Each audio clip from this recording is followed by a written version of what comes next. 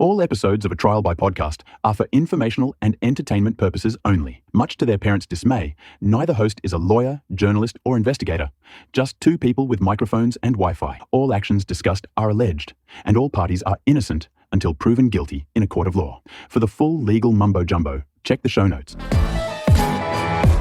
On February 24th, 2023, a young au pair forgot the lunches that she had packed that morning. So she turned the car around and she headed back to the family's home. When she pulled up, there was a car in the driveway that she didn't recognize. So she poked her head inside and called out for Christine Banfield, the mother of the little girl that she cared for, who should have been home alone that day. Christine didn't respond to her, and the au pair's intuition told her that something was wrong. So she called Christine's husband, Brendan, and asked him to come home. According to Brendan, when he got upstairs, he found a stranger on top of his wife, stabbing her. Brendan says that in a desperate attempt to save his wife, he shot the man, Joseph Ryan. But unfortunately, it was too late, and Brendan held Christine in his arms as she died. Now, on the surface, it seemed pretty clear what happened here. Joseph Ryan was a predator who had chosen Christine seemingly at random. Brendan Banfield was a husband who just tried to save his wife and couldn't. Except, police found messages on a computer in the home. Messages that appeared to be from Christine herself, inviting Joseph Ryan over to the house.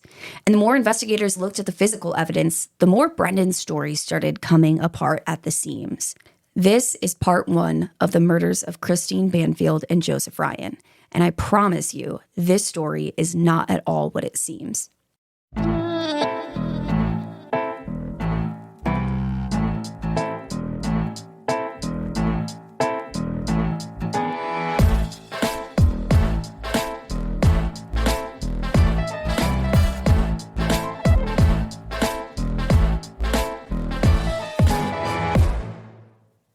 All right, welcome back to the pod, everybody. I'm your host, Kelsey.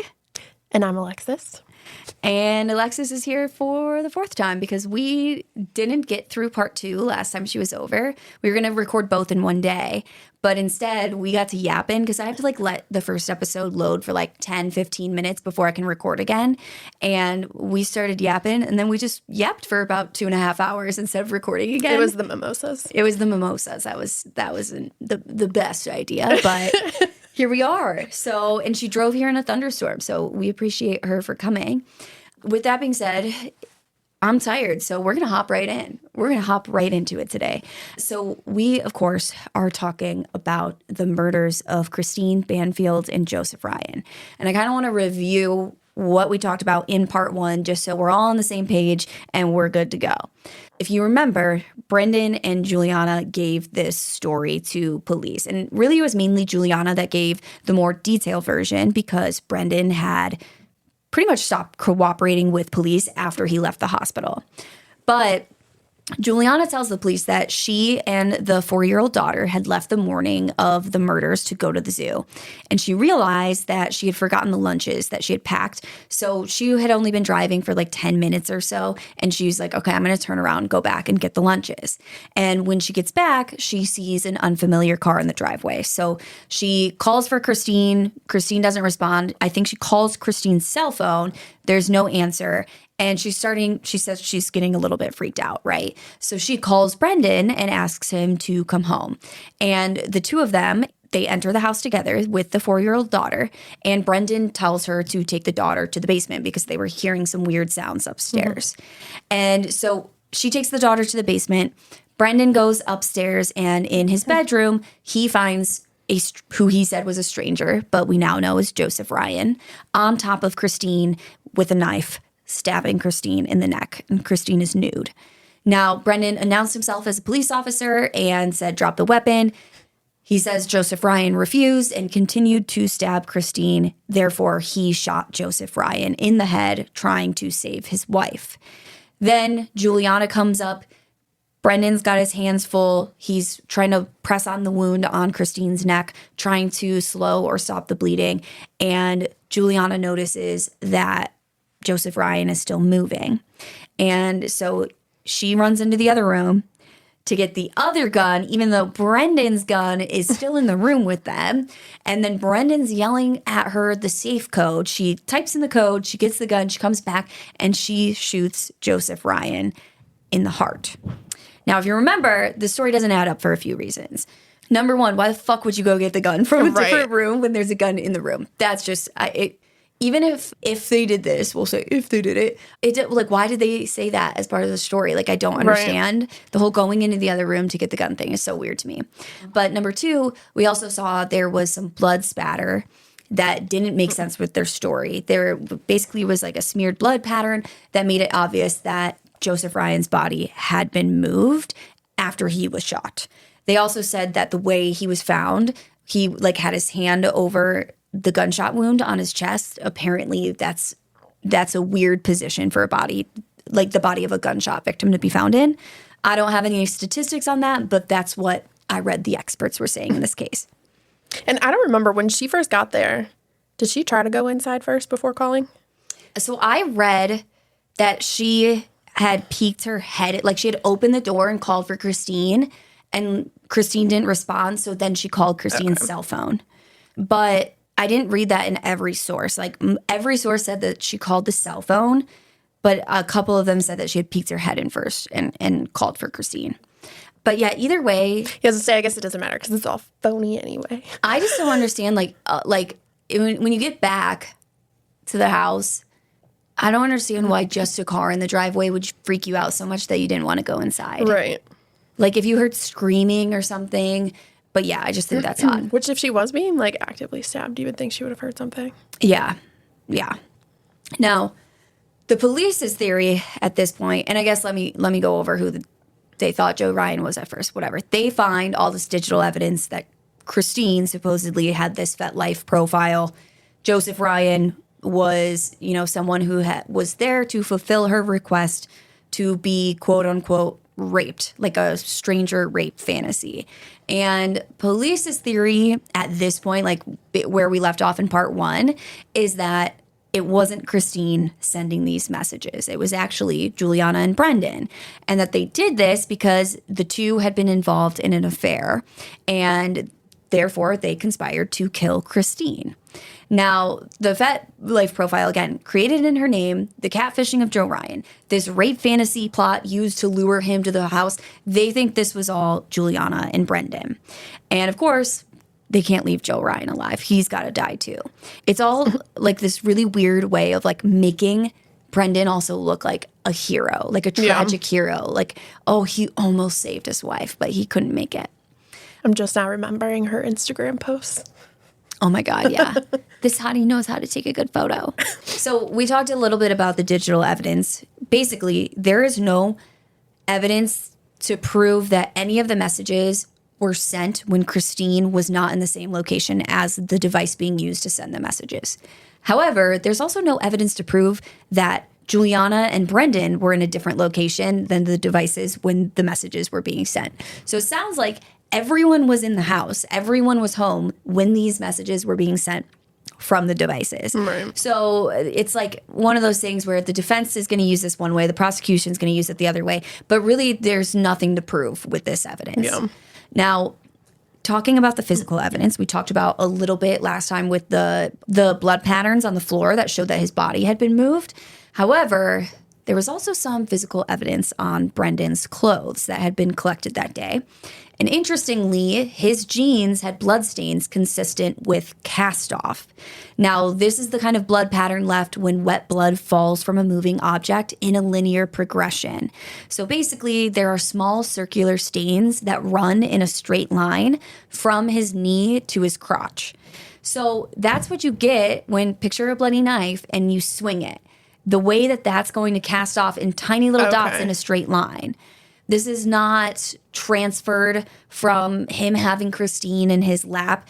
This comes from motion, basically. Okay. Now, his right shoe also had 2 circular blood stains that analysts said appeared to be from falling blood, not transfer blood. So again, they're dropping through the air, landing. That's why they're making a perfect circle onto his shoes.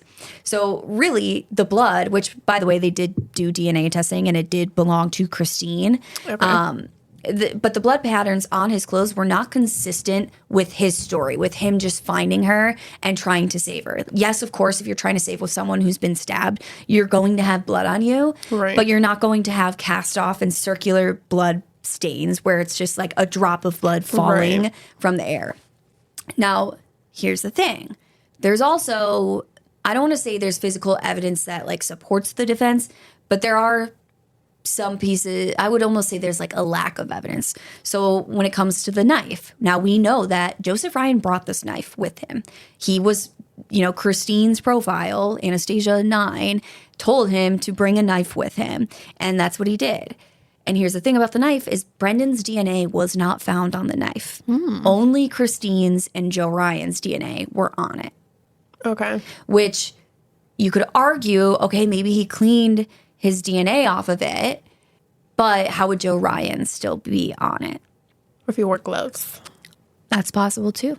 They didn't find any gloves, but that doesn't mean he didn't have them. Right. You know what I mean? And the other thing about the blood found at the scene is that when they arrived, when first responders arrived, some of it was starting to dry.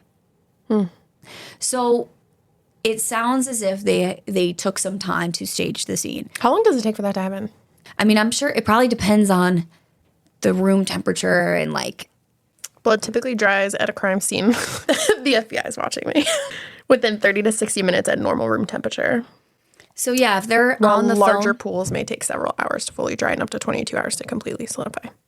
so let's say 30 minutes at the absolute shortest time frame. Yeah. But if they're literally calling 911 and he's still trying to save Christine, Right. You would think this just happened. So that's really interesting.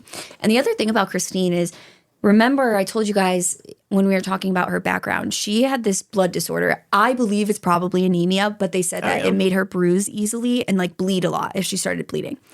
That sounds like anemia to me, but I didn't read anywhere. They didn't call it anemia. They were just like, she had this condition, whatever. Who would know that about her? Her husband. So that was one of the questions that people asked.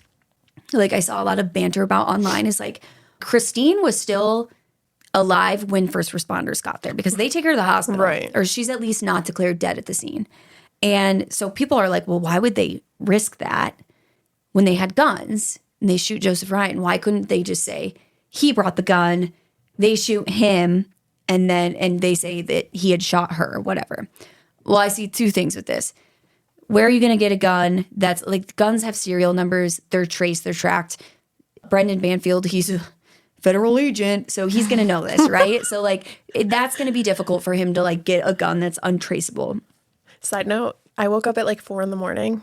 because I have a lot of issues, but one issue is that I don't sleep well. And I was literally thinking, I was like, a federal agent? I don't know why this popped into my head, but I was like, technically, the post office is a federal agency. Does So that make me a federal agent? I think next time someone asks you what you do for work, you should say, I'm a federal agent. I definitely am. I love that. I love that. I think that's the number one thing. Number two, I think, okay, well, why would he risk leaving her somewhat alive? Or, why wouldn't he, if he did this and he's staging the scene, why wouldn't he make sure she was dead before they called 911 or called for help? Which I think is kind of a solid point. But also at the same time, it's like, well, he's acting like he's trying to save her. Right. And that's one of the categories that you need for self-defense. Like, I mean, I'm sure with this type of case, like if he had really found her dead and this guy was really an intruder who just murdered his wife, they probably would have let him have self-defense. But like, I think that he knew she would bleed out. Like, because of her blood condition, he knew she would bleed out. And the reason that he let her stay on the brink until help got there is so we would ask that question. Right. You know what I mean? Well, like, plus it's a lot easier to convince a stranger in like a fetish situation. I would think like knife play, like that's it. I've never heard of gunplay. I don't know, like. That's true. And also, that's another thing about, there's a lot of back and forth on, did Christine send these messages? Actually, that's a lie. I don't think there's a lot of back and forth, but there's basically from the defense, did Christine send these messages? And it's like the messages were requesting knife play. Why is someone with a blood disorder that makes them like bleed heavily every time they bleed, why would they want to be cut up with a knife? Right. That doesn't make any sense to me, but who knows? So his DNA is not found on the knife. It's only Christine and Joe Ryan's DNA on the knife. But the prosecutors argued that this didn't mean very much. They claimed that it was entirely possible that Brendan had picked up Ryan's knife and used it on his wife, then replaced it in or near Ryan's hands to make the scene look like, to set the scene up, which the knife is found by him. And of course, we know, like I said, I think 5,000 times at this point, it was Joe Ryan's knife. Yeah. Now, here's a detail that is going to make your stomach drop a little bit. Police allowed Brendan Banfield to wash his hands before they took any type of samples or like swabbing for DNA. This man just told you he shot someone at a very complicated crime scene. There's a stranger in the house he says he doesn't recognize. His wife is stabbed. He says, I shot this man, and you're going to let him just wash his hands. I think that's interesting. Yeah, that's kind of crazy. I think that's actually insane. I just don't think that that's a good move because, anyway. But they swab his hands for DNA. There's no DNA found there. Now, while there wasn't really enough physical evidence to prove that Brendan had been the one to stab Christine, investigators felt that they had plenty to charge Juliana in the murder of Joseph Ryan. They know that she fired the fatal shot. She's admitted to this, and they can now see, they have enough evidence they feel to prove that the scene is staged and this is not a self-defense situation.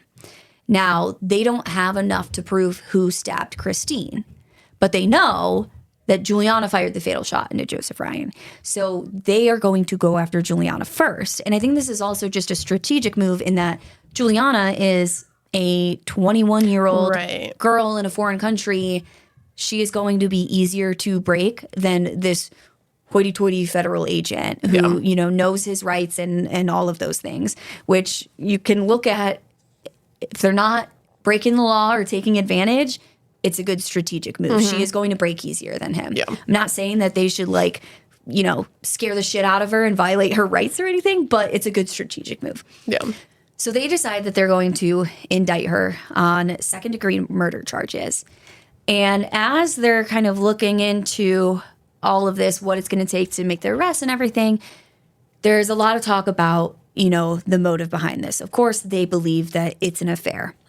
But they don't know this for sure. There's a lot of talk about it. However, when they're going to arrest Juliana and they're going to her place, where she's living, and they realize that she's still living in the Banfield home where Christine and Joseph Ryan were murdered with Brendan Banfield 8 months after the murder, they're pretty much I think we were right about that affair. You know what I mean? So they are going in October of 2023. They head over to the Banfield home to arrest Christine. Again, this is second-degree murder charge in the death of Joseph Ryan. There are no charges for what happened to Christine. But the announcement was careful. Police said that the circumstances surrounding Christine's death were still under investigation. Like when they're announcing this to the public, that they had made this arrest. They said that Ryan had been known to Christine through an adult website, but at this time, they didn't let out that they were thinking it wasn't Christine who had sent these messages. The messages aren't public or anything at this point. But they're not charging Brendan with anything, and they didn't make any statements about what they think happened to Christine or Brendan's involvement. They're just like, Juliana killed Joseph Ryan. In October 2023, they go to the Banfield home to arrest Juliana. And while they are there, they serve a second search warrant on the home. And what they found inside is one of those things that just makes you sick to your fucking stomach again. Because the carpet, we're going to talk a lot about some changes in the master bedroom where the murders occurred, okay? Number one, the carpet had been changed. It had been ripped out and replaced with new hardwood flooring. There's new furniture. There's also new photographs in there. All of the family photographs of Christine and Brendan and their daughter, they were gone, and they had all been replaced with photos of Brendan and Juliana. That's crazy. There was even one on the nightstand next to the spot where Christine had been murdered. All of her clothes, Juliana's clothes, her lingerie, her underwear, all of it filled Christine's closet. And Juliana had pretty much just moved into Christine's bedroom and taken her life over after participating in her murder. So that's really fun. However, for the police, this did confirm their suspicions that they had been having an affair. Yeah. Now, if you ask Brendan Banfield, That's so crazy. could you imagine being Christine's fucking family? No. I commend these families who lose a loved one like this and don't go fucking murder the person who did it. Yeah. And I'm not supporting vigilante justice. You guys know I don't like vigilante justice, but like that's what I would want to do. Well, and also like being like, I'm assuming her parents were still around, Christine's parents. Yes. Like knowing that their granddaughter is stuck with like Oh yeah. the man and the mistress essentially that murdered their daughter. Like that's No, I can't. crazy. I can't even think about that kind of stuff. Like it's horrific for this family. And for the police, they're like, this is not a good look for either of you guys. But Brendan Banfield tries to say later at trial, he tries to claim that he was never having an affair with Juliana. In fact, they only became romantic after Christine's death because they bonded over the trauma Who's a that they very went through. grieving husband and Yeah. just fell into another woman's vagina. Yeah, Makes it just sense. fell into a 21-year-old's vagina post murder of his wife. And that and to act, sorry, I don't mean to, like, I'm laughing at the ridiculousness of him thinking that anyone would fucking believe that. Like, if the story went how he claimed it did, and he witnessed this man fucking murdering his wife, and he shoots the man and just almost saves his wife's life, and then for him to act like, oh, he's gonna be in love with someone new, like, just a couple months later. Right. Like the is dirt insane. hasn't even fucking settled yet. Yeah, no, the grass isn't even growing on her grave yet. Like, it's Also, crazy. how stupid. How stupid. How stupid. And that's the thing is, like, this is I have to say it, this is a really well thought out plan. Right. And the reason I say that is not to commend him by any way, shape, or form, but like to say he still didn't fucking get away with it. They knew pretty soon after the murder that this whole story was bullshit. Yes, it takes them some time to get the evidence that they need to file charges, but like he didn't get away with this and he was not close to getting away with it. Yeah. So no matter how smart you fucking think you are, today, like there's just too much technology, there's too much forensic science, there's too much like digital evidence and digital like track records and things like that it is so hard to get away Well, with like, this what shit now. was the motive here? Was there like life insurance? Like, why not divorce? Like, So this is a great question. Money, number one. He doesn't want to lose money in the divorce. And there was life insurance as well. Okay. Number two, he didn't want to lose custody. He knew that Christine would get pretty much like, I don't know if she would get full custody, but like he wanted to have his daughter all the because time. he loves his daughter so much that he would kill her mother. Yeah. Great. Yeah. Love that. Yeah. And that's on someone who doesn't know how to love other people. He obviously doesn't love his daughter the way he thinks he does. He loves the way his daughter makes him feel about himself. And this just makes you wonder, like, was the daughter calling Juliana mommy for 8 months? That grosses me out. Dude, all I know is this is, as someone who didn't grow up very religious, like every once in a while I hear a story that makes me believe in like heaven and hell. This is one because I'm like, this man has to burn in hell. Yeah. He has to burn for eternity for what he did to this woman. Like, I mean, there's no punishment in this life that you could give this man besides like torturing him for years on end. Right. But like, they're not going to do that, which they shouldn't. I know. But like, there's just like him going to prison for the rest of his life. It's not enough. No. It just truly isn't. There has to be some sort of cosmic torture that's going to extend after this. Yeah. Because even in jail, like or prison, they still have their whole life. They can still talk to people. Yeah. Like, I know technically, yeah, he loses his freedom, but it's like he still has a life. Yeah, I agree. Now, for months leading up to Juliana's arrest, she had kind of been watching the walls close in as detectives were getting closer and closer. Now, she initially maintained her innocence when she was first arrested, and she told the detectives that she was not in a romantic relationship with Brendan at the time when Christine was murdered. And her own attorney walks this back almost immediately in court. They're like, yeah, never mind. She was. Now, after she's arrested, she's still trying to say that she was innocent and, it happened the way they said. And she even started writing some letters from jail. So in one letter, she wrote that to Brendan, she wrote that she would, quote, take the blame for both of us, end quote. But remember, it happened exactly the way that they said it did. And she didn't do anything wrong. But also, she will take the blame for both of them. Commendable. In another letter, she wrote that she was, quote, not willing to spend my life in prison for something I didn't do, end quote. So that switch up was quick. She's saying that to Brendan, which leads me to believe that it was Brendan who did it. Yeah. Though she does not say that in the letter. Now, she also wrote letters to Brendan's mother, who she was basically just writing to his mom being like, I'll fall on the sword for him. Like, I'll take all the heat for this for him. And this just makes me, I don't have empathy for this girl because, like, I'm telling you guys, when I was 20 or 21, I don't care how fucking obsessed or in love I was with any boy or grown-ass disgusting old man, which I wouldn't have been with an old man, but, like, it doesn't matter. I never would have participated in a murder. So, but it is just like, you can just see how she's about to lose the rest of her life so he can get off scot-free. Why would you do that? Like, something's wrong with this girl. That doesn't make it okay what she did. I think she should be punished to the full extent of the law, but we'll get there. Now, she also wrote a letter to a friend talking about a potential Netflix deal because the Netflix producers were allegedly courting her while she was in jail. They were paying for her putting money into her commissary to, like, buy her stuff while she's in jail. Wait, is that legit? That's allegedly. That reminds me of, was it Chris Watts's mistress or whatever that was, like, trying to get a book deal or something? Or was, like what is I don't know, but if she did, if Chris Watts's fucking mistress tried to get a book deal, fuck that. Like, I feel like she was looking up stuff with, who is Casey Fry? Scott Peterson? Oh, I feel like Amber Fry. Amber Fry, yeah. She was, like, looking up a bunch of stuff with, like, her and, like, anything she got. I don't think Amber Fry ever did a book. I don't either, but I know she was, like, they found that on, like, her Google history. Really? Like, was, like, looking up her. That's crazy. Yeah. We're gonna do Peterson soon. Hell yeah. Yeah, I'm excited for that. So here's the thing is, Juliana flips pretty quickly. Mm-hmm. She's like, I'll tell you everything.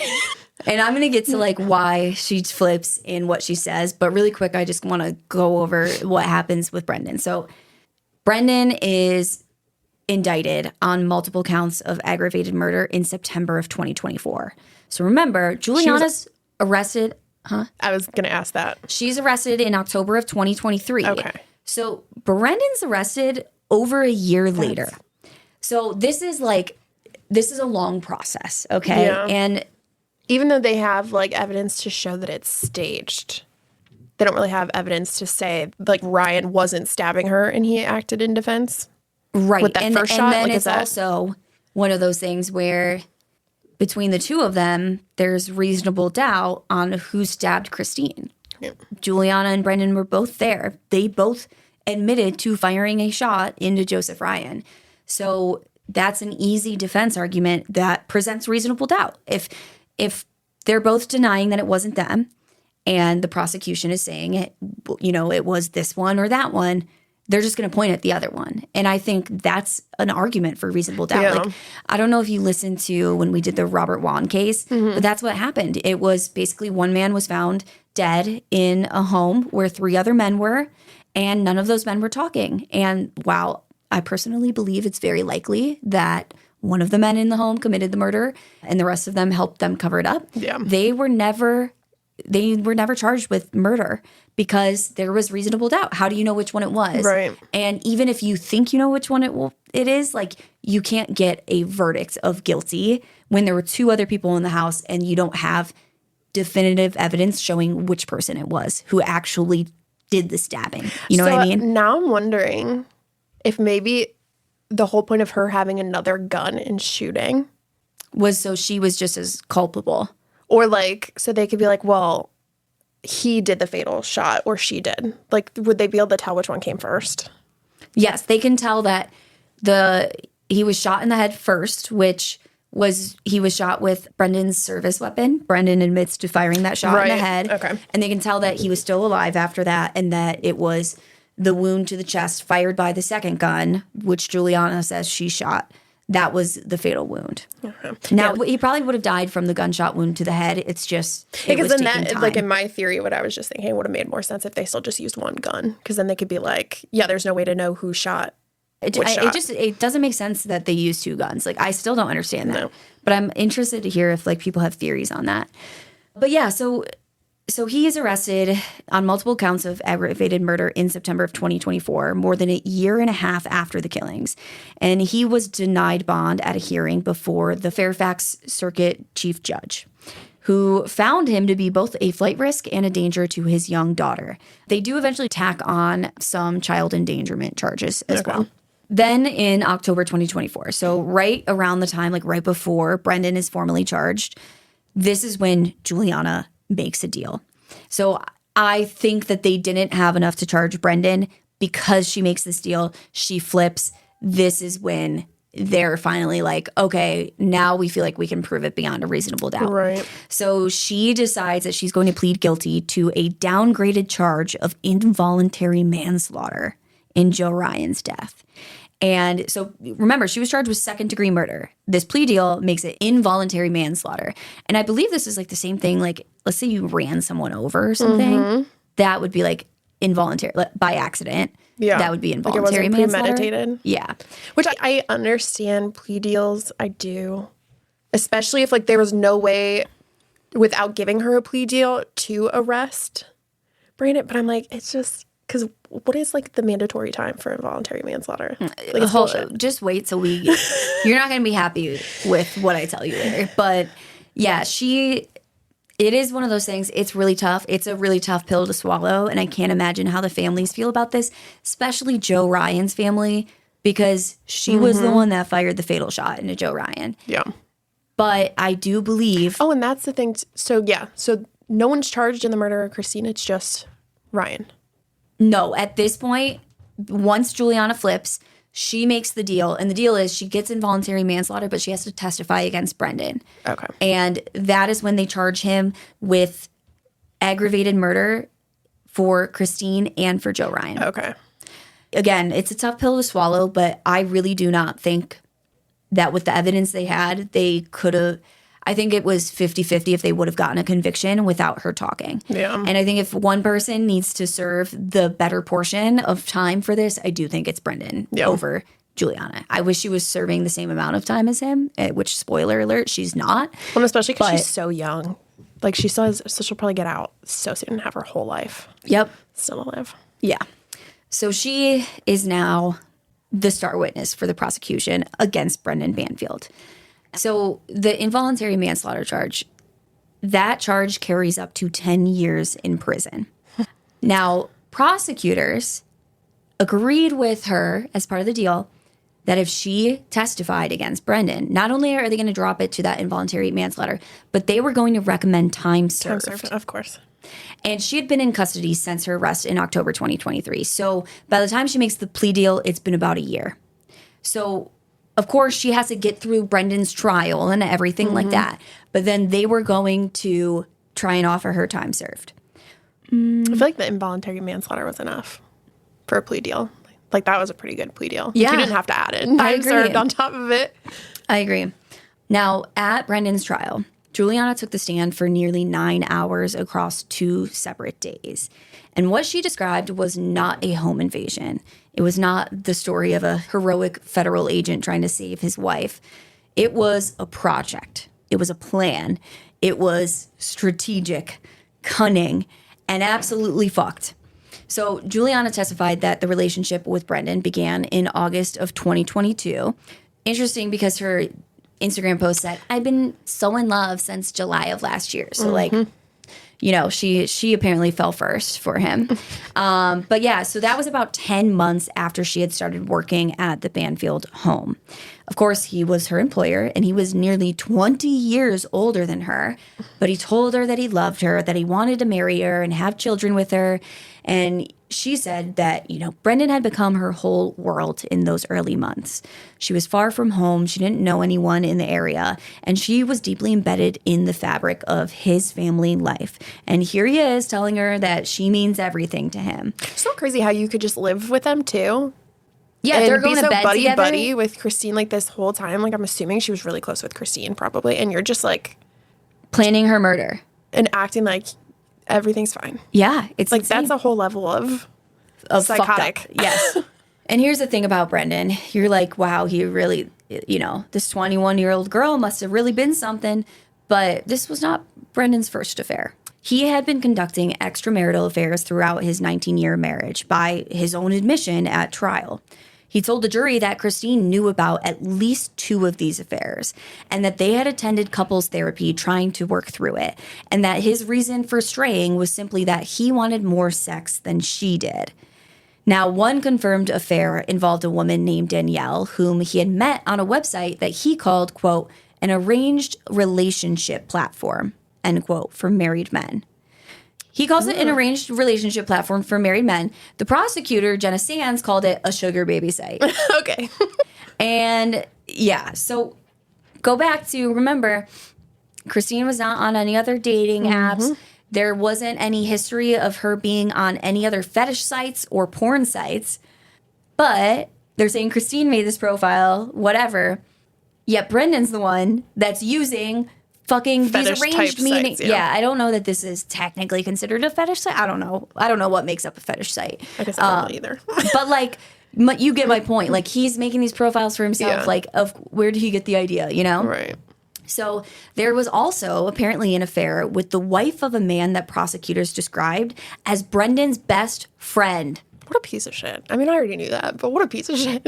Now, Brendan didn't deny He's this. got no loyalty to anybody. Dude, literally no fucking total, like, I don't want to diagnose him, but like, what are you, narcissist? Like, Right. just doesn't care No. about anyone but himself. But yeah, Brendan doesn't deny this affair, but he does have like a little bit of a quibble with the whole best friend part. Like, he was basically like, no, that guy's not my best friend. Like, damn, okay. That makes it better. I Just would a hope not. friend. Yeah, literally. Now, the prosecutor disclosed that at Brendan's bond hearing that multiple women had come forward to investigators confirming a pattern of affairs, and that at least one of them, during her affair with Brendan a few years before the murders, said that he would constantly promise to leave his wife and eventually told her, quote, it would be so much easier if she was not around, end quote. So he's been saying this shit for years. What was her job? She was a nurse. Christine's? Pediatric nurse? Christine's? Yeah, Yeah. she was a pediatric ICU nurse. Okay. Now, the most detailed account of, one of Brendan's affairs came from an anonymous woman who spoke to ABC's 2020. So this is all allegedly what I'm about to tell you, because, I don't know what they did to vet this lady, but I think if 2020's publishing it, they're feeling relatively confident in the truth behind it. However, I cannot vouch for the truth behind it. But she said that she met Brendan in 2013 on a sugar baby website, and they met at the Banfield home while Christine was away. And she described him conducting meticulous post-visit cleanings because she had different colored hair from Christine. But according to the woman, he called it a, quote, CSI sweep. I'm also so dumb because I genuinely thought sugar babies and sugar, it was literally just a money thing. I felt like that was the whole point. Yeah, you they just have pay a you man paying your bills. Yeah, but you have to sleep with him. Okay. I think so. I thought that was the whole, you don't have to, and they just pay your bills. No, I think that that's what they want. That's what people want you to think it is, but that's not what it is. I think in probably the majority of sugar baby relationships, a true 20-year, I don't know. Someone's gonna get mad at me in the comments, but I think they're sleeping with them most of the time. Not all the time. Not you guys. Not the you person. guys. The Not the person one who's mad about it. Who's got flaming thumbs commenting on this episode right now. Not you. I didn't mean you. You definitely didn't sleep with them. They're a but- classy escort. Yes, but yeah, it's like an escort thing. It's escorts don't sleep with the guys. Right. Okay. They don't. They never do. But yeah, so she's calling it a CSI sweep after he's hunting down this woman's hair in the house to make sure Christine doesn't find it. At that point, just make her wear a hairnet. And this woman tells 2020 that he seemed to almost enjoy it. Like there was a thrill for him in the deception, in hiding the affair. Like it was like this fun game to him. He's like, ooh, like, you know, living on the edge. I got to make sure my wife doesn't find any of your hair, which genuinely makes me sick to my fucking stomach. I hate to think about menning. Ugh, I hate them sometimes. Sorry, guys, not all the time. Sometimes you're great, but Jesus Christ, like that is so fucked. That alone, to get off on that is bizarre. That alone, he is just the fucking worst. The worst. Now, this woman says that she didn't really think much of it at the time. But the reason that I think all of this matters is that Brendan's defense is trying to take all this history of affairs, and they're trying to basically make this argument that, well, he would not kill his wife for an affair. He's had all these affairs. Yeah, okay. And he's told all these women that he loved them, and he's hidden them from Christine, and all of these things that he was doing with Juliana, that he was saying to Juliana. And he never killed his wife for any of them. Which all these women having affairs with a married man do better. Yeah, you deserve better. Losers. You can be better. Do better. No, and here's the thing is, like, you guys, you know me. I'm pro ladies, you know? But, like, you're a fucking loser if you are knowingly sleeping with a married man. Have self-respect. You're a fucking loser. Loser. And I mean, I'm saying that with my whole chest. I'm saying it with a page de sorbo. And if you know what I mean, you know what I mean. You're a fucking loser. Okay? The way her eyes just stared at the mic when she said that. Dude, I just I can't. We gotta do better. Yeah. Like, you don't sleep with married men. No. And that goes vice versa. Don't sleep with married women either. Just don't be an asshole, guys. But yeah. But that's basically what Brendan's defense is trying to say about, like, there's no motive here, because why would he kill his wife for this one when he's had all these affairs? And it, at surface level, is like kind of a good point, to be honest with you. However, the thing is like, he was saying to one of the other women, I think it was Danielle, like, oh, this would just be so much easier. What did he say? It would be so much easier if Christine wasn't around anymore. And so the prosecution's argument in rebuttal to this is basically like, yeah, he's been dropping hints to all these women that he's wants to get rid of his wife, and they're saying no. Yeah, he just hasn't found a woman dumb enough yet to go along with this plan. Exactly, exactly. And then he finds Juliana, and she's a stupid little bitch. Yeah. And she's stupid enough to go along with this idea and this plan and to play into it. And that's pretty much the prosecution's argument on that.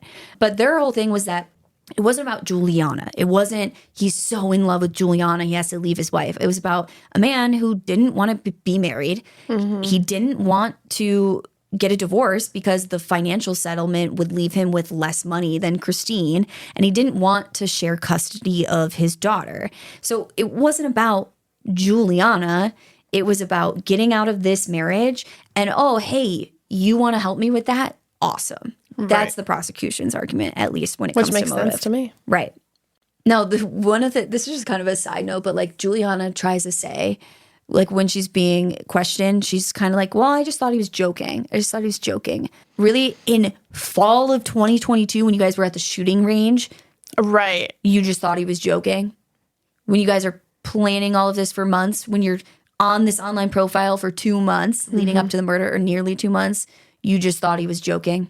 And on the day of, when it actually happens, you still had time to back out.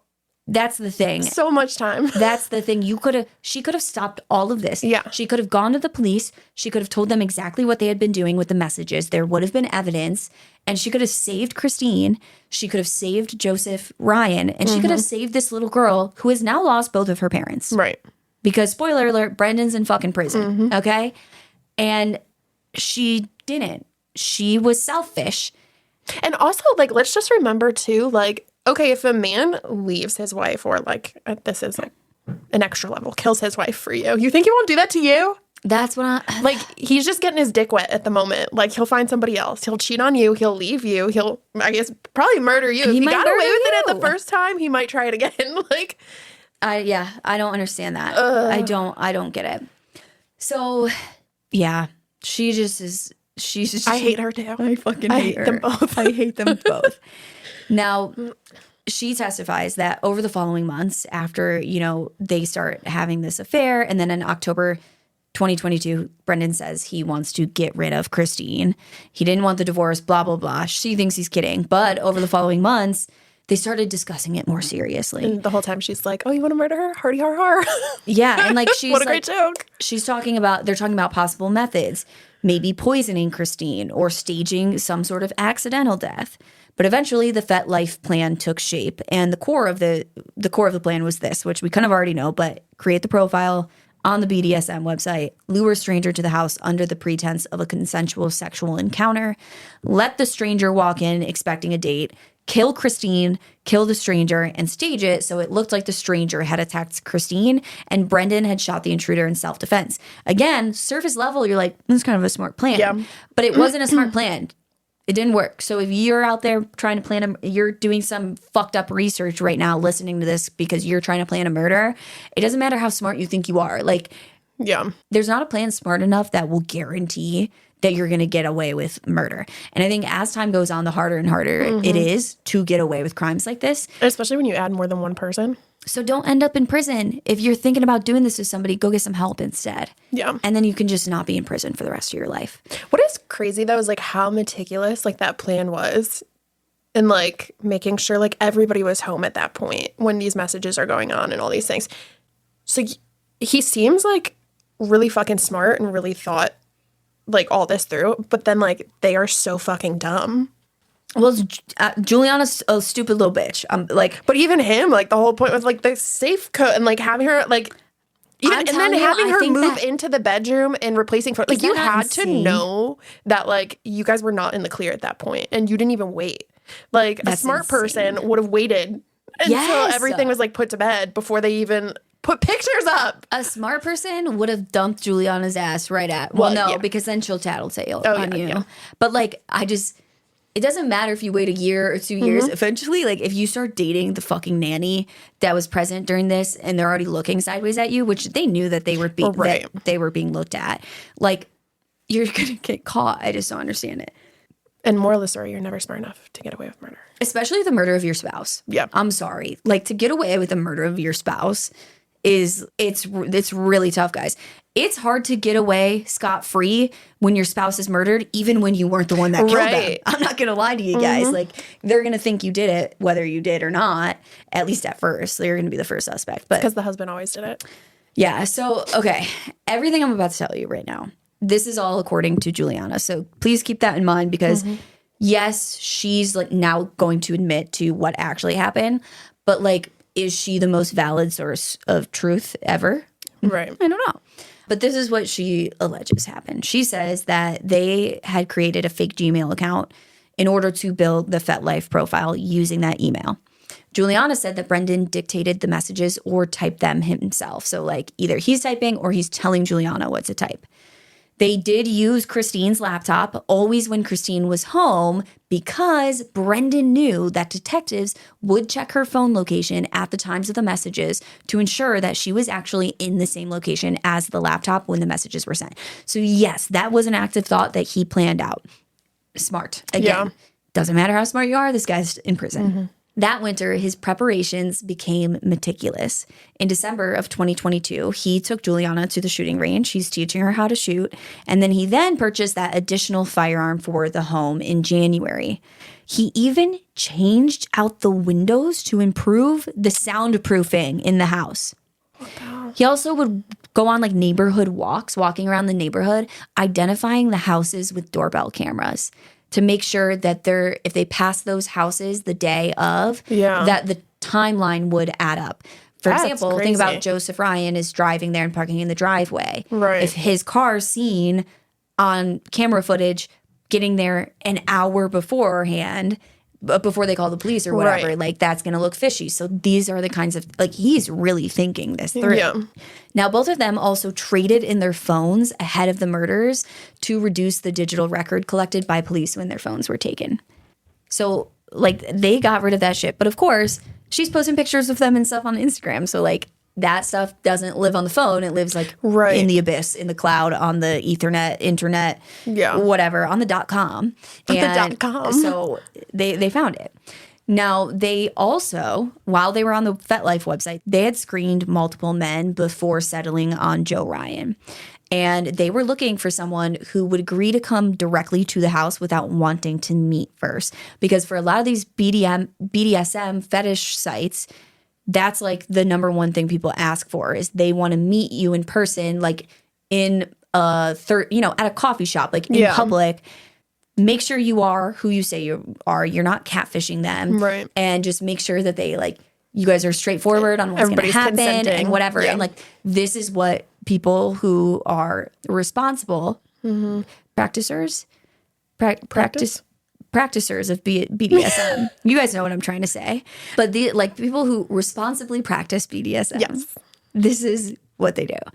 So this was unusual that they're asking people to no, I don't want to meet you first. Especially when you're pretending to be a woman. Like, you would think the women are more wary about this kind of stuff.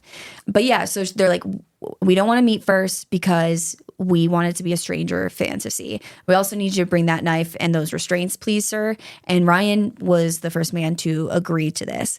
And he exchanged detailed messages about the scenario. I'm now thinking the voice call, it was probably with Juliana. Yep. Okay. You got it, dude. Yep.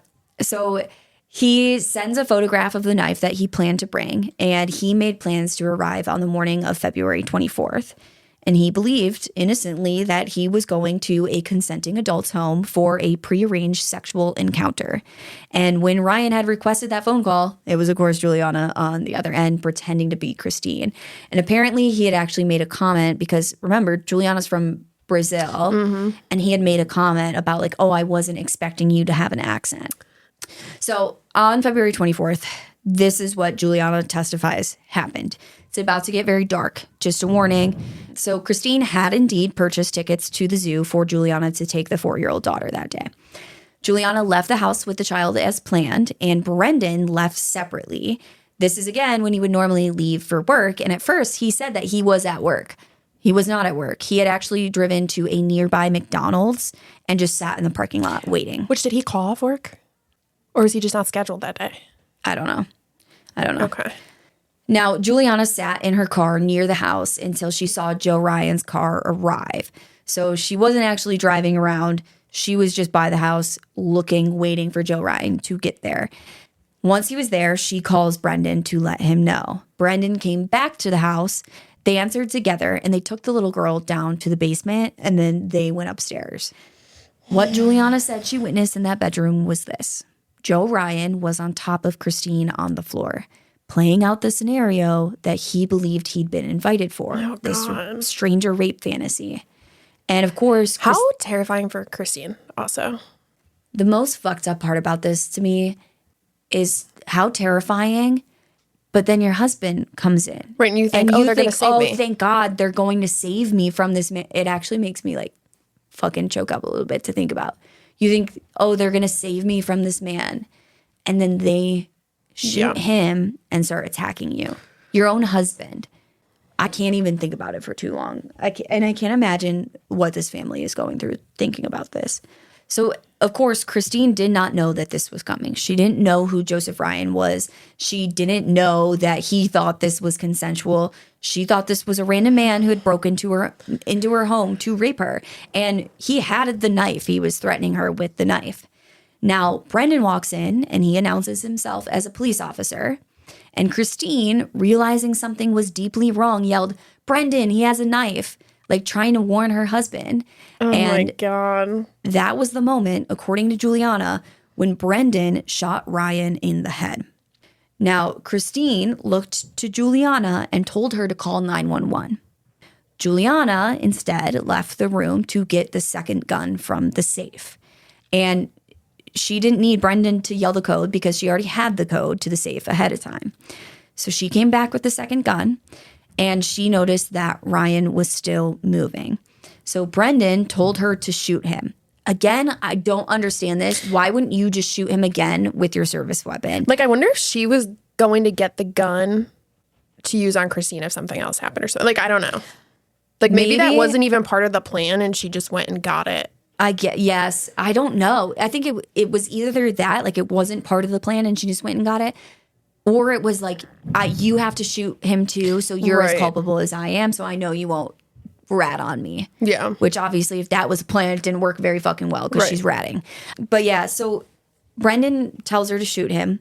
She fires the second shot into Joseph Ryan's chest. Oh, and maybe too, because if that was the weapon she practiced with, like maybe the service weapon that he had was different, so she's not as comfortable with it. Well, I don't think so because they went to the shooting range in December and the second gun wasn't bought until January. January, unless they like rented one. I don't know how shooting ranges work. Yeah, I don't know if either. you can like rent one and maybe it was the same style gun. I feel like I'm sorry to spend so much time on that. It's just No. so fucking confusing. Right? Like It's why? It's bothering me It's so just bad. one of those things where I feel like that was a big thing in their story that was like red flag. Right. And he just thought out everything else so well that I'm like confused why they did that. Yeah. Maybe she just went rogue and maybe she like wasn't supposed, I don't know. But, or maybe he thought he had killed Ryan and so she was just getting the gun as like extra security in case Well, and Christine he could have been got doing away. something with Christine at that point, Yeah. trying to kill her. Oh, I'm sure he was. And then maybe that's why, 'cause she saw he was moving and was like, oh, I need to take care of this. Yeah, I don't before. know. Still so. Doesn't matter. But But I mean, it does though. But we just don't have any answers. Yeah. You know? So she shoots Joseph Ryan. She pierces his heart. This is the fatal wound for him. Then, according to her testimony, Brendan knelt over Christine and stabbed her in the neck with the knife that Joseph Ryan had brought. He dripped Christine's blood onto Ryan's body to plant it there. He moved Ryan's hands and repositioned his body. He then staged the scene to look like Ryan had committed the murder and been shot in self-defense. and you're clearly not that smart because people can tell when you stage things. Yeah. You didn't think that through. Yeah. But it's just, again, Christine Banfield was attacked by a man in her own home who, you know, she was nude when she was found. It's unclear to me when her clothes were taken off or by whom. I don't know if it was Joseph Ryan who took them off. I don't know if it was her husband who had taken them off. But her clothes, she was nude. She thinks, you know, her husband comes in. She thinks he's going to save her. And she is alive and awake when her husband begins stabbing her. He stabs her in the neck 7 times. One wound was 2.5 inches deep. I mean, 2.5 inches into your neck, guys, is deep. And I just can't imagine like the mental, the what was going through her head in the last moments of her life. No. It's absolutely horrific. According to Juliana, Christine told Brendan that she loved him as she was bleeding out. Oh, That's one of the things where I'm wondering if that's true. I feel like I have heard that before. Like, why are you doing this? I love you, kind of thing. Yeah, maybe. I don't know. But at that point, Brendan then calls 911. Now, Brendan Banfield's trial opened in January 2026 in Fairfax County Circuit Court. Chief Deputy Commonwealth's Attorney Jenna Sands led the prosecution. This is the lady that was like, it was a sugar baby website. Okay. So respect to Jenna Sands. We like this lady. Now, Brendan's defense attorney was a man named John Carroll. And, you know, I know defense attorneys are doing their jobs, but like I also just kind of hate them. But he had pled not guilty to all counts. So there were 2 counts of aggravated murder.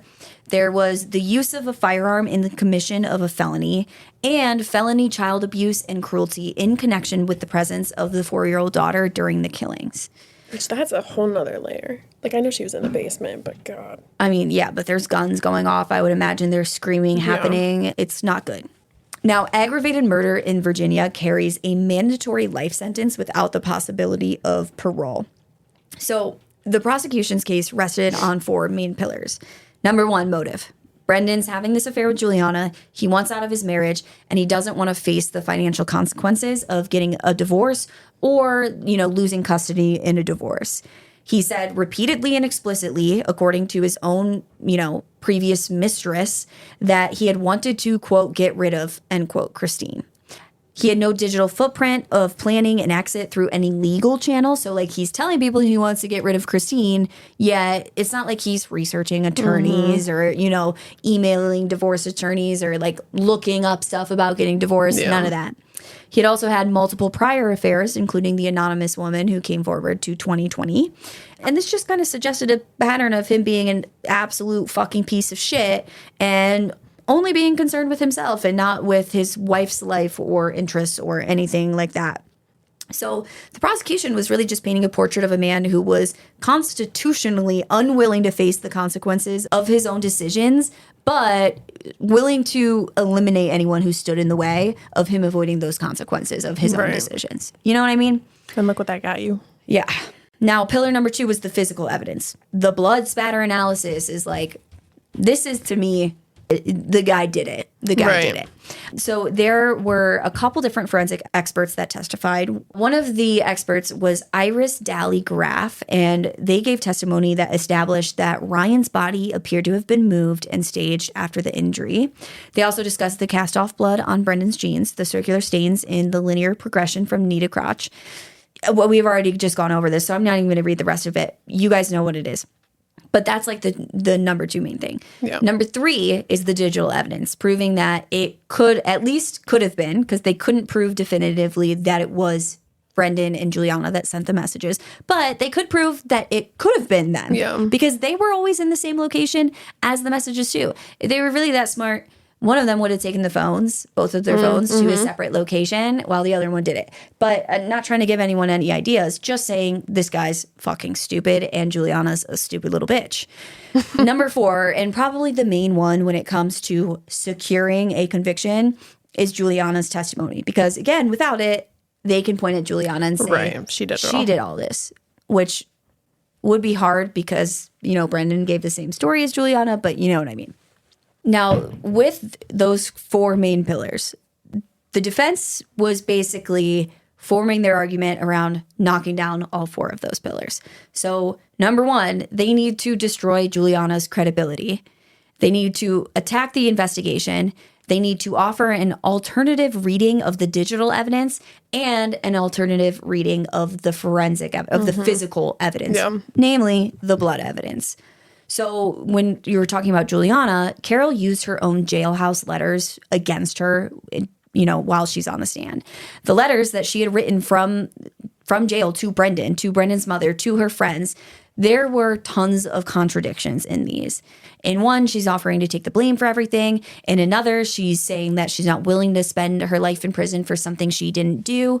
And in a letter to a friend, she discussed the potential Netflix documentary deal that she hoped to negotiate. So they're basically trying to say, look, she's saying she did it, then she didn't, then she did, then she didn't again. And now she's trying to get this Netflix money. And so is she just saying what the prosecution wants her to say because she's sitting in jail while Brendan's free? Yeah, plus she's getting a real sweet plea deal. So why doesn't she just get out, time served, put an innocent man in prison and get that Netflix money? And they're trying to say this is why she is telling a story that is not true. Yeah. Like I said, Netflix allegedly paying into that commissary. Just want everyone to remember that when you see the documentary drop, okay? Now, Carol argued, John Carroll is the defense attorney, and yes, his name is John Carroll, which is funny, but he argued that she was a young, disillusioned woman who had maintained her innocence for a year, changed her story only after she lost faith in her attorney and saw a deal on the table and a possibility to make a bunch of money. He called her a liar, and he noted the inconsistencies in her memory of specific dates and details. And this is true. They are asking her, when did this happen? When did that happen? Which happened first? And she's getting things wrong. This is also this is more than a year and a half after the murders. So I think sometimes it's just human memory. It's tough. Now, he also tries to attack the investigation. So Carol made pointed arguments that the police had pressured investigators towards a predetermined conclusion. Specifically, he pointed to the transfer of the lead digital forensics detective, a man named Brendan Miller, off the case. So Miller testified at trial that he was transferred off the case against his will because he analyzed approximately 60 devices and produced a formal executive summary concluding that Christine showed no indication of ever having lost control of her devices and saying that her activity pattern was consistent throughout, which basically was contradicting the police's catfish theory. So then he's bumped off against his will and replaced with a new digital forensics detective. But after his report was delivered, supervisors had asked him to review his conclusions. And he did review them, but he did not change them. And subsequently, he was transferred out of the Major Crimes Bureau to the Sex Crimes Unit. Now, Deputy Chief Patrick Bruce, he confirmed at trial that he was involved in the transfer and that he had told Miller he would, quote, never be doing another digital forensics case in your Major Crimes Bureau, end quote. But the deputy chief, Patrick Bruce, he says that this was because of a performance issue. This transfer was because of a performance issue, not retaliation for Miller going against what their theory was at the time. Now, a peer review of Miller's work by the University of Alabama's police department agreed with his conclusions, though. And the lead homicide detective on the case, Kyle Bryant, was also moved off the case after reportedly pushing back on the same theory. Now, Carroll argued that commanders had pre-decided on the catfishing theory and shaped the investigation around it rather than following the evidence to form that theory, if that makes sense. Now, on the digital evidence, Carroll's star witness was a private investigator and digital forensics expert, Harry Lidsky, who testified that his analysis of Christine's devices showed no significant gaps in her personal usage that would allow for someone else to take over and run the FetLife account. Like we talked about in part 1, there is a time period of activity where there's only a 24-second window between when Christine's work website was accessed and then the FetLife website was accessed on her computer. So the argument is, how are they getting the computer away from her, logging on and all of that in 24 seconds? They can't. My counter argument is maybe they just logged onto her work website. I mean, maybe she uses the same password for everything if she has to log in. I feel like if anyone's going to know your passwords, it's probably your husband. Now, the defense also called forensic scientist Leanne Singley to contest the blood spatter analysis, raising alternative explanations for the patterns on Brendan's clothing. He had been tending to his wife. That's what they say that this is coming from. They say that he had been in close proximity to a violent scene and the blood on his jeans could just be transfer instead of cast off. I don't know about that. I think, not that I'm a blood expert of any sort, but I just feel as if the way they've described this blood sounds like blood in motion and not just it being like wiped onto you through transfer. Now, finally, Brendan Banfield actually took the stand in his own defense, and he testified for 2 days. Now, during his testimony, he did acknowledge the affair with Juliana, finally, because for a while he was saying there was no affair, we just started the relationship after. But he said that it was not a serious relationship in his eyes, and he characterized it as just one affair in a series of affairs. And he said that this was evidence that he was someone who just had casual entanglements outside of his marriage without any intention of ever leaving his marriage. He said that he had told Juliana clearly that his previous affairs had not changed his marriage and that this one wouldn't either. He said that he and Christine both had had affairs during their nearly 20 years together, had been to therapy to work through it, and had both chosen to stay. Now, I didn't read anything that confirmed that Christine also had affairs. Obviously, this guy is just like defaming his wife after her death, saying that she's in a BDSM and she's on this website and whatever. So I don't know that we should take his word about the affairs. But he denied any plan to ever harm his wife. He said that he had never heard of FetLife before this case. And, you know, they presented evidence that there's no evidence he had ever used it himself. Like, he never had a profile on it or anything like that. He also said that he was unaware that Christine had been using the site, although he acknowledged that he had noticed bruises on her body, including on her butt, that he now understood might have been related to BDSM activities. Again, there is no one else on earth that's like ever comes forward saying that they had an affair with Christine or they met her on a website or, you know, they knew of her being involved in BDSM or anything like that. Now, Brendan says that he did not know Christine's laptop password and he had never used it without her.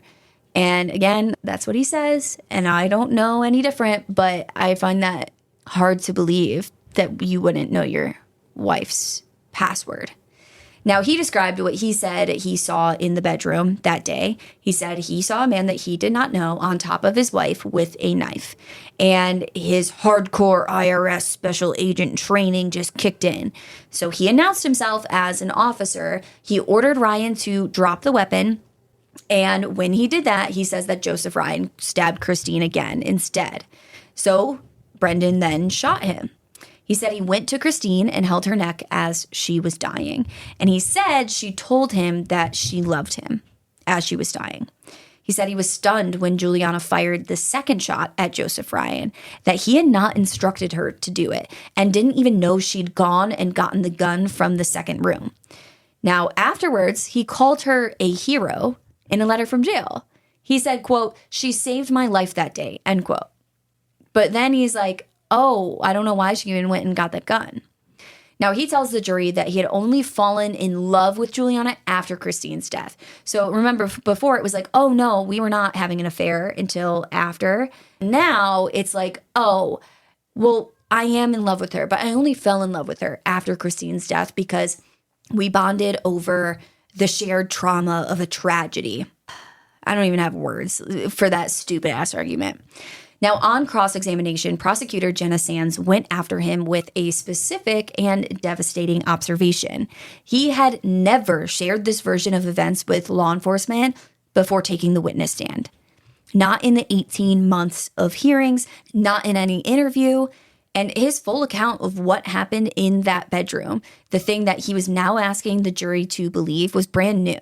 Because remember, he tells first responders, and there's you can watch the body cam footage of this.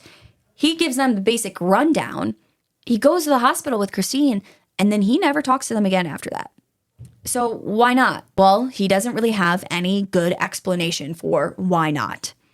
Now, Jenna Sands also noted the blood on his jeans, and she says, if you were just tending to Christine, kneeling beside her, touching her neck, how did you end up with cast-off stains running from your knee to your crotch? And again, cast-off shows motion. It falls from a swinging object. And tending to someone who has wounds that are gushing blood does not produce that pattern. And again, he has no good answer for this. So the jury of 5 men and 7 women deliberated for nearly 9 hours across 2 days. And on February 2nd, 2026, they returned. Brendan was found guilty on all counts. Huzzah to that. 2 counts of aggravated murder, the use of a firearm in the commission of a felony, and 2 lesser charges involving felony child endangerment. Now, under Virginia law, aggravated murder carries a mandatory life sentence without the possibility of parole. And Brendan Banfield, now 41 years old, will die in prison. Hell yeah, brother. Hell yeah, brother. That's what I love to hear. And I don't know why that's not... I like this mandatory life sentence without the possibility of parole. I think that's a good sentence for aggravated murder. Mm-hmm. I wish more states would do it. Now, Fairfax County Commonwealth's attorney Steve Descano called him, quote, monstrous outside the courthouse, saying, quote, "This case is about 2 people, 2 neighbors of ours that were murdered almost 3 years ago here in Fairfax County." And now, 2 weeks later, on February 13th, 2026, Juliana came before the judge who sentenced Brendan for her own sentencing on the involuntary manslaughter charge. And if you remember, the prosecutors had recommended time served in exchange for her testimony. Basically, she was supposed to get time served and then be deported to Brazil once she was released. Well, at least she's getting deported. Now, they acknowledged her cooperation, and they said that it was invaluable in securing the conviction against Brendan and that they don't think they could have gotten a conviction without it. And her attorney, Ryan Campbell, came back and argued that she should be freed immediately, that she had already served 2+ years, and she had been manipulated by a much older man in a position of power over her, that her cooperation was what delivered justice for Christine. And again, I just have to say, guys, I understand he's a much older man. There's no one on planet Earth that could have talked me into murdering someone when I was 20 or 21 years old. No. Even if I was 16, I don't think you... I really don't think you could have talked me into murdering anyone. No. Actually, I think 12. 12, I don't think you could... Maybe if I was 8 and I didn't know what murder was and you were like, here, take this and pull the trigger. 21, she was manipulated by a man. Who hasn't been? Right. Who hasn't been manipulated by a man, all right? So when I was thinking, like, I'm glad, like, afterwards she had to go back home. But then I'm like, oh, wait, she didn't come from a bad area. Like, she lived a decent life back there. So never mind. Oh, but don't worry. Hold on. This is just what the prosecutors are suggesting to the judge. Oh, okay. The judge gets to decide what happens. The prosecutors are suggesting time served as they agreed upon when they made their deal. However, Ryan's family was in the courtroom at sentencing, and they had some things to say about this. Deidre Fisher, Joe Ryan's mother, she had attended via video chat from Florida, and she talks about how she keeps a Christmas tree lit all year round. Because if you remember, Joseph Ryan was born 2 days before Christmas, and that was like their favorite thing was the Christmas season. So she keeps her Christmas tree lit all year, and it sits next to her son's urn. She says good morning to him every day. She said that she has missed out on like a lot of things with her child. She's missed out on being a grandmother, and she says that she reaches for the phone to call him all the time, and only when she starts dialing the number does she remember that he is gone. Joe's aunt, Sangeeta Ryan, stood in the courtroom and described her nephew as curious, charming, inquisitive, and endlessly talkative. She described how he had moved in with his elderly grandmother to take care of her, and how his grandma's grief after his death was so complete that she couldn't stay in the home that they lived in together.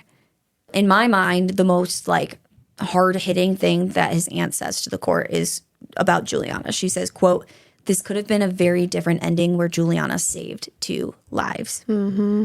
And I think that's the main point of all of this is, yes, she helps put Brendan behind bars, but she was an active participant in this. I mean, and this was being planned for months. She had months to stop this from happening, but she didn't want to. She wanted this to happen. She wanted Christine out of the picture so she could have Brendan and she could have the daughter. Mm-hmm. And she could have Christine's life in that nice house and all of these things. And for, you know, her defense attorneys to act like, oh, she was just being manipulated by this man. It's like, no, she was part of the manipulation. Like she was active in the manipulation of this entire situation. And here's the thing about this judge, and shout out to this judge because she was not moved by the prosecution's recommendation of time served. Okay. She said that she could not and would not accept time served. She called this case, quote, "the most serious manslaughter scenario the court has ever seen," end quote. Then she addressed Juliana directly, saying, quote, "Your actions were deliberate, self-serving, and demonstrated a profound disregard for human life. At any point for at least the month prior or that day, you could have stopped this. The plan did not work without your full involvement. Let's get it straight. You do not deserve anything other than incarceration and a life of reflection on what you have done to the victim and his family. May it weigh heavily on your soul." I like her. Quote. Yeah, fuck yeah, Judge Penny. Love this lady.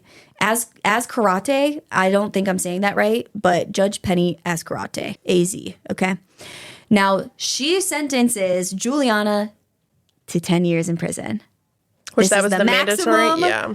The maximum possible sentence for what she was convicted of, basically. So I just want to say fuck yeah to that. Yeah. And part of me wonders if the prosecutors, like, knew that she wouldn't get time served. I feel like they probably were offering it, saying they'll suggest it because they need her to talk, and being like, that's why they said, we're not going to give you just time served. We'll suggest it to the judge, probably knowing that the judge was not going to give time served for this. So I just want to say, if that was the case, fuck yeah to those prosecutors. But just overall, a big huzzah to Judge Penny. What a badass bitch. I really like that. Really pulled the rug out from under this girl who thought she's been in jail or probably prison at this point for 2 years. Mm-hmm. And she thought she was about to get out and go home. Mm-hmm. And she didn't. And I love that. Now, her attorney noted that with the credit for the time already served and good behavior, she could be released in approximately 4 years and 2 months from the sentencing date. So that would be it'd be April 2030 that she can be released. But that's only if the parole board releases her. Okay, I was going to say, they have to go in front of a parole hearing and all that stuff. I would sure as fuck hope that they do not release her early, because I think we've talked about this on the podcast before, like, what's the purpose of putting people in jail? few things. Protect the public, punish people for bad behavior, but also rehabilitate them and make sure that they're not going to hurt more people when they're released. I don't think 6 years and 2 months total, because remember, she's already served the 2 years. I don't think that that's enough punishment for what she did. I don't feel like she's remorseful. Do I think she's going to murder someone else in her lifetime? Probably not. She probably learned her lesson with this. 6 years and 2 months. I wish she should be serving 20 years. Yeah. Minimum, in my mind. 20 years minimum. I think that it's despicable. But again, it's one of those things where, like, I get why they did it. I almost like... Because we could be talking about how neither of them have been arrested yet right now. You know what I mean? If she didn't flip and talk and make this deal, I don't know that either of them would be... Well, she might still be in prison for Joseph Ryan's I also just hate murder, that murder even has the option of parole. Because every time there's a parole hearing, doesn't that like bring everything back up for all the victims' families and stuff? Like they have to go. I'm sure. They can do like statements and stuff and like suggest that they don't get out. Yeah. So like it never ends for them either. Yeah.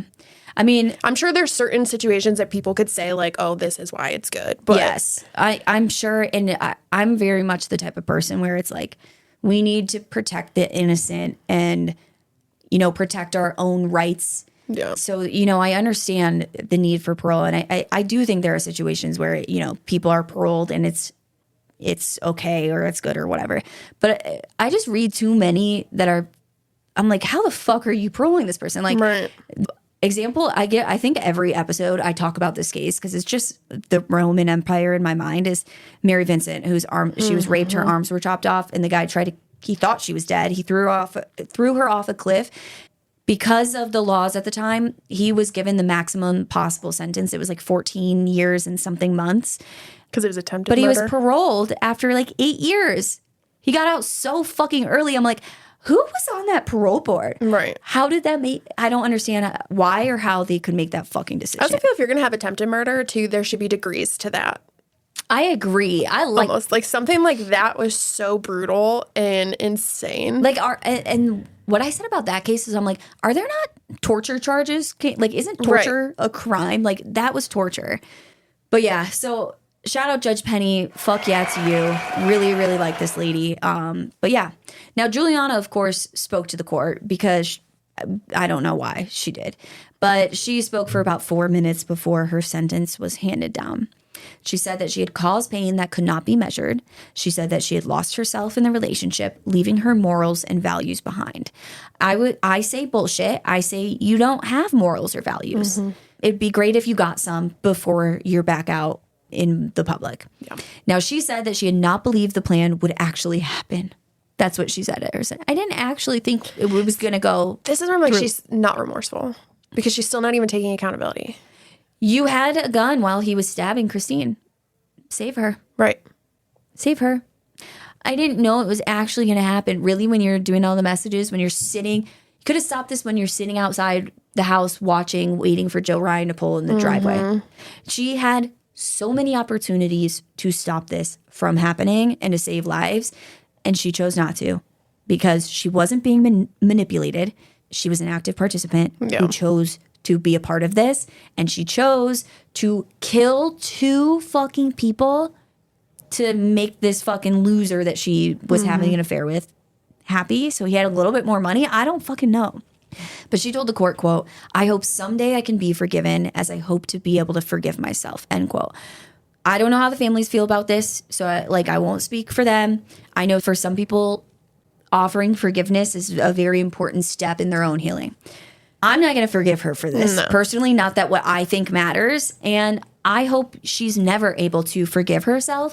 And I hope that she is absolutely tormented every time she closes her motherfucking eyes from now until the day that she dies. Mm-hmm. I hope she's tortured. I hope she, not physically by people, but mentally.